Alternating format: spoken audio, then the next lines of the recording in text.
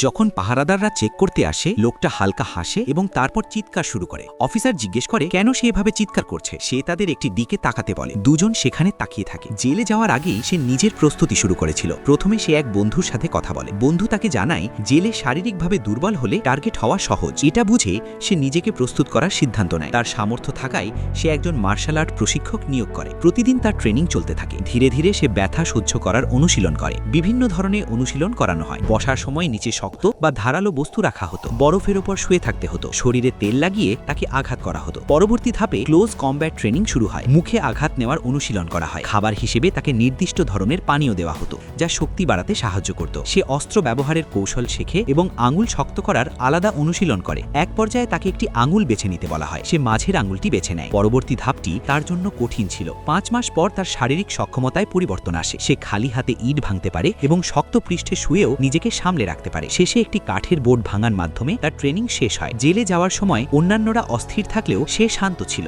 একজন বড় দেহের বন্দী তাকে ভয় দেখানোর চেষ্টা করে, কিন্তু সে দ্রুত তাকে নিয়ন্ত্রণে আনে। জেলের ভেতরে গিয়ে সে পরিবেশ বোঝার চেষ্টা করে। সে একজন বৃদ্ধ বন্দীকে জিজ্ঞেস করে সেখানে সবচেয়ে প্রভাবশালী ব্যক্তি কে। বৃদ্ধ একজন লম্বা ও শক্তিশালী ব্যক্তির দিকে ইঙ্গিত করে। সে সবার সামনে তাকে চ্যালেঞ্জ করে। লোকটি প্রতিক্রিয়া জানায়, কিন্তু কয়েকটি চালের মধ্যে সে তাকে নিয়ন্ত্রণে আনে এবং তার হাতের আঙুল ভেঙে দেয়। এরপর আরেকজন গ্যাং লিডারকেও সে পরাজিত করে। এরপর থেকে কেউ তাকে সরাসরি চ্যালেঞ্জ করে না। সে কিছু নিয়ম চালু করে, সহিংসতা কমানোর চেষ্টা করে এবং নিয়ম ভাঙলে শাস্তি দেয়। ধীরে ধীরে বন্দীদের মধ্যে সংঘর্ষ কমে যায়। তারা একে অপরের সাথে স্বাভাবিকভাবে চলতে শুরু করে। পরিবেশ পরিবর্তিত হয়ে আরও নিয়ন্ত্রিত ও শান্ত হয়ে যায়।